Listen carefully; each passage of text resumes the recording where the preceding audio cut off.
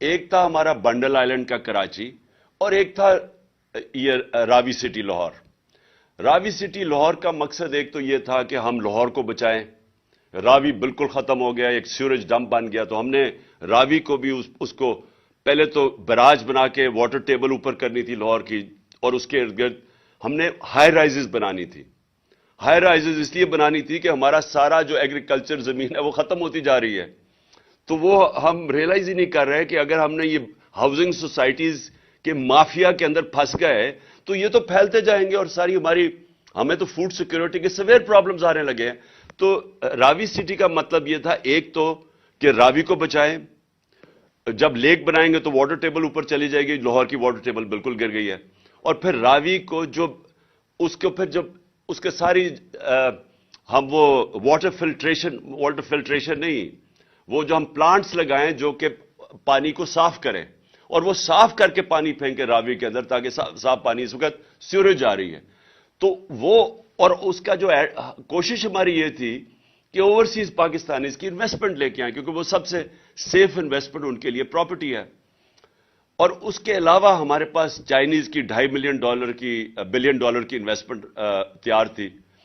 تو یہ دونوں, ایک کراچی کا جو پروجیکٹ تھا وہ سکٹل کیا گیا, وہاں دبئی سے انویسٹرز آ رہے تھے کراچی میں, وہ بھی پھر ایک نئی ماڈرن سٹی بن رہی تھی جو ہمارا پلان تھا, اس کو سکٹل کیا گیا. NOC سندھ گورنمنٹ نے دے کے واپس لے لیا. اس میں ہم ایکسپیکٹ کر رہے تھے کہ ہماری ڈالر انکم بڑھ جائے گی, جب تک وہ ہمیں بریدنگ سپیس دے گا, جب تک کہ ہم اپنی ایکسپورٹس نہیں بڑھا لیتے, جب تک ہم یہ جو انٹرم پیریڈ ہے, ہم نے سوچا تھا کہ اوورسیز پاکستان اس کی اسپیشلی ہم انویسٹمنٹ لے کے آئیں گے اور اس سے ہمارا ڈالر ریزروز بڑھ جائیں گے.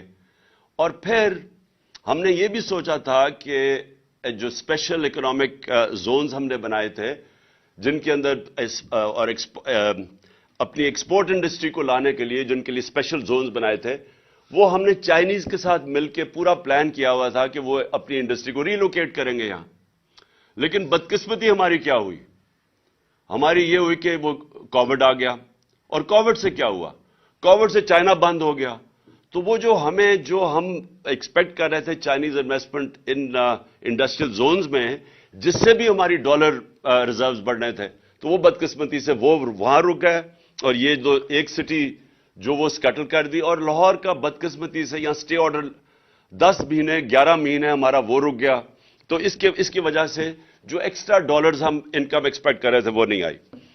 اچھا جی, اب یہ آ گئے, اور اس کی بہت, میں جتنا بھی کہوں مجھے ابھی تک سمجھ نہیں آئی کہ کیا اس کے پیچھے تھنکنگ تھی, کیا وجہ تھی کہ گورنمنٹ جس کی بہترین پرفارمنس تھی اس کو ہٹایا گیا, اور پھر پوری ایک سازش کے تحت ان چوروں کو پھر ہمارے اوپر مسلط کر دیا گیا. تو وہ میں شروع میں آپ کو بتا چکا. لیکن انہوں نے کیا کیا, مہنگائی 50 سال میں سب سے زیادہ مہنگائی, CPI 25.5%, consumer price index, sensitive price index 30%, آٹا, بجلی, پیٹرولیم, وہ لے لیں, پیاز لیں, ٹماٹر لیں, گھی لیں, دالیں لیں, 100% سے 200% یہ ان کی قیمتیں بڑھ گئی. اس وقت تک 15 لاکھ ٹیکسٹائل مزدور اپنی نوکریاں کھو بیٹھے ہیں, اور انڈسٹری بند ہوتی جا رہی ہے. یہ آپ کے سامنے سب رکھا ہوگا. اور میں جب مجھے یاد ہے کہ پچھلے مارچ اپریل میں ٹیکسٹائل انڈسٹری والے مجھے یہ کہتے تھے کہ ہمارے پاس مزدور نہیں مل رہے, ہمیں فیصل آباد میں ہمیں باہر سے مزدور منگوانے پڑ رہے ہیں. اور وہی ٹیکسٹائل انڈسٹری آج آپ دیکھ لیں کہ 15 لاکھ ورکرز بے روزگار ہو گئے. ریمیٹنسز, یہ آپ نے سنی لیا ہوگا, ایکسپورٹس اور ریمیٹنسز, ان کا مائنس آ رہا ہے. 2 ارب روپیہ مہینے کی کمی آنی شروع ہو گئی ہے ایکسپورٹس اور ریمیٹنسز میں جو ہم نے بڑھائی تھی. اور فورن ایکسچینج ریزروز آپ کے سامنے ہیں. مارچ کے اندر 16.4 تھا, آج پہنچ گئے 5.7 پہ. یہ بھی آپ کے سامنے آ گیا ہوگا. روپیہ اس وقت انٹر بینک پہ جس طرح 226 ہے. اور انفارملی وہ 260 پہ پہنچ گیا. اور جو آئی ایم ایف کی اب آگے کنڈیشنز آپ نے سنی, ابھی شوکت کا میں سن رہا تھا, انہوں نے کہا کہ اب اس کو فری فلوٹ کرے, اس کو روپے کو, تو وہ اب کدھر جا کے پڑتا ہے. تو میرا آخر میں دیکھیں, میں صرف سم اپ کر رہا ہوں. پاکستان نے نکلنا ہے ادھر سے کیسے؟ سب سے پہلے الیکشنز. کیوں الیکشنز؟ کیونکہ الیکشن سے آئے گی پولیٹیکل سٹیبلٹی. پولیٹیکل سٹیبلٹی کے بغیر اکانومی سٹیبلائز نہیں کرے گی. کوئی بھی دنیا میں انویسٹر, چاہے وہ ملک کے اندر ہو چاہے باہر ہو, وہ انویسٹ نہیں کرتا جب وہ سمجھتا ہے کہ اس کی انویسٹمنٹ کو خطرہ ہو سکتا ہے. اور وہ خطرہ کیسے ہو سکتا ہے؟ اسے یہ نہیں پتا کہ 5 مہینے 6 مہینے سال کے بعد کیا ہوگا, وہ انویسٹ نہیں کرے گا. سو انویسٹمنٹ جب تک نہیں آتی, ملک کی دولت میں اضافہ نہیں ہوتا, نوکریاں نہیں ملتی, ملک آگے نہیں بڑھ سکتا. تو پہلے تو یہ یہاں رک گیا اب کام. اس وقت پاکستان جو فیس کر رہا ہے وہ سب سے خوفناک سیناریو فیس کر رہا ہے. ایک طرف بے روزگاری اور دوسری طرف مہنگائی اور مزید اور مہنگائی. یہ جو کمبینیشن ہے یہ بڑا خطرناک ہے اس ملک کے لیے. کیوں خطرناک ہے؟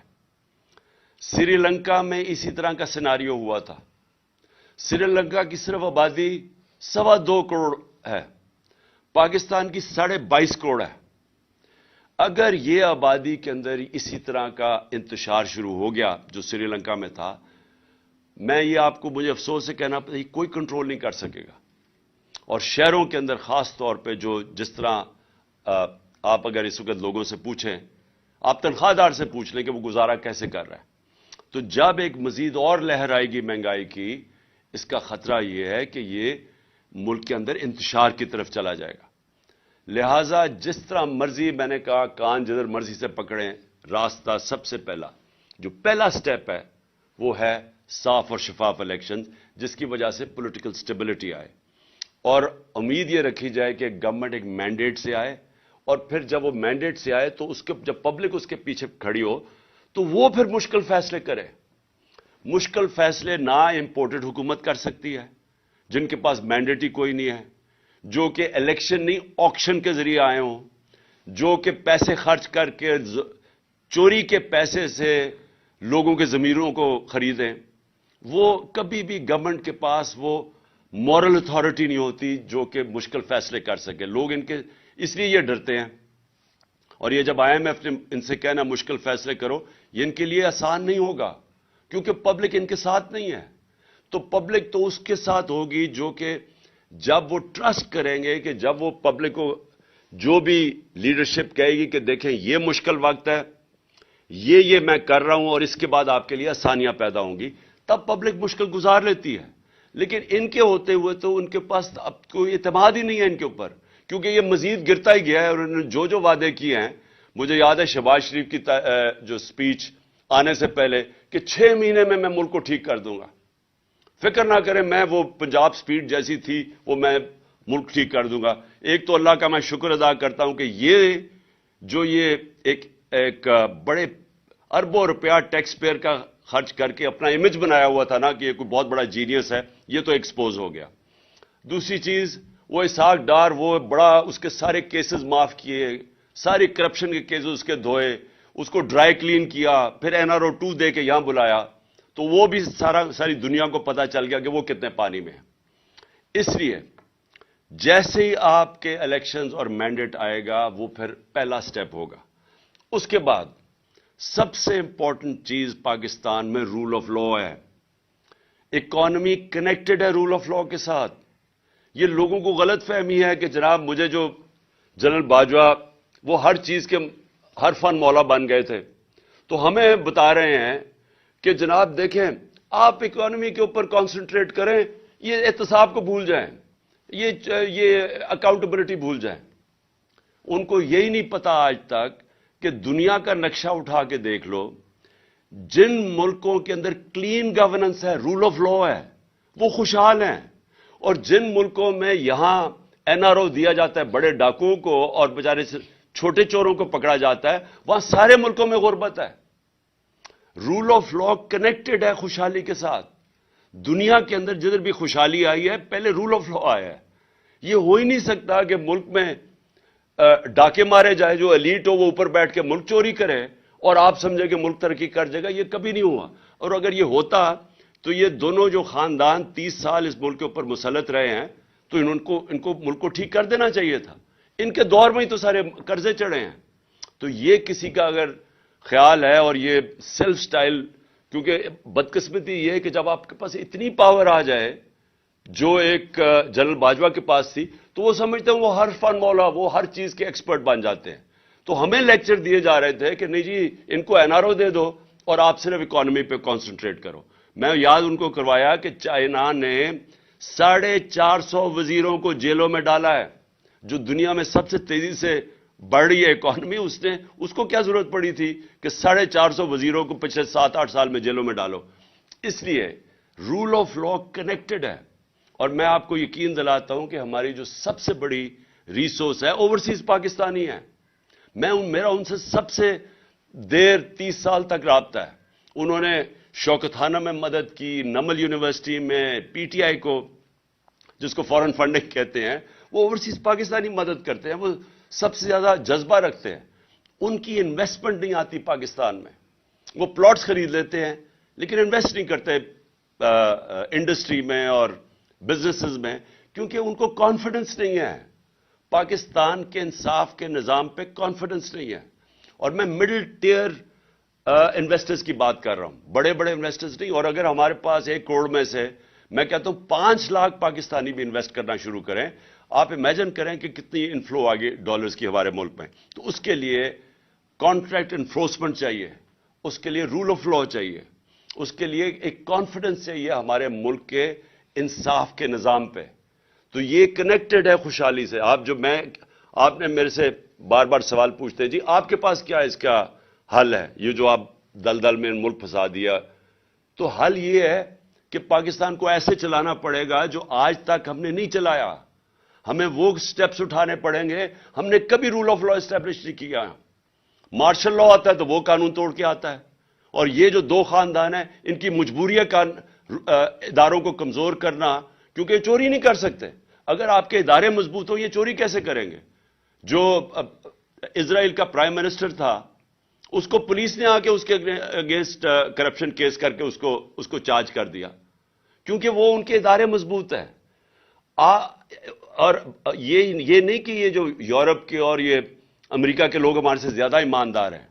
وہاں کے ادارے ایسے ہیں کہ کوئی چوری نہیں کر سکتا. وہ اداروں کا خوف ہے ان کو. یہاں آتے ساتھ ہی سب سے پہلے تو ادارے ختم کیے. ہم نے اداروں کے اندر میرٹ لے کے آئے. انہوں نے آتے ساتھ ہی پہلے ایف آئی اے ختم کی, کیونکہ شہباز شریف کے کیسز تھے اربوں روپے کے, اس کو ختم کیا. اس کے اوپر آدمی, اور اس کا اب صرف کام ہے پولیٹیکل وکٹمائزیشن. پھر انہوں نے نیب ختم کی, اس کے ٹی ٹی کے کیس تھے اور ان سارے چوروں کے کیسز تھے. ساروں نے اپنے کیسز امینڈمنٹ نیب کر کے ختم کیے. اور انہوں نے وائٹ کالر کرائم پکڑنا ناممکن ہو گیا آج پاکستان میں. جو نیب امینڈمنٹس کیے ہیں آپ پکڑ ہی نہیں سکتے وائٹ کالر کرمنل کو. اور پبلک آفس ہولڈر, میں یہاں سے پیسہ چوری کر کے اپنے خاندان کے نام پہ رکھ دوں ایز پرائم منسٹر, مجھے کوئی نہیں پکڑ سکتا. اب میں پوچھ ہی نہیں سکتا کہ جی آپ کے بچے کس طرح اربوں پتی بن گئے ہیں, کیونکہ انہوں نے امینڈمنٹ پاس کر دی ہے.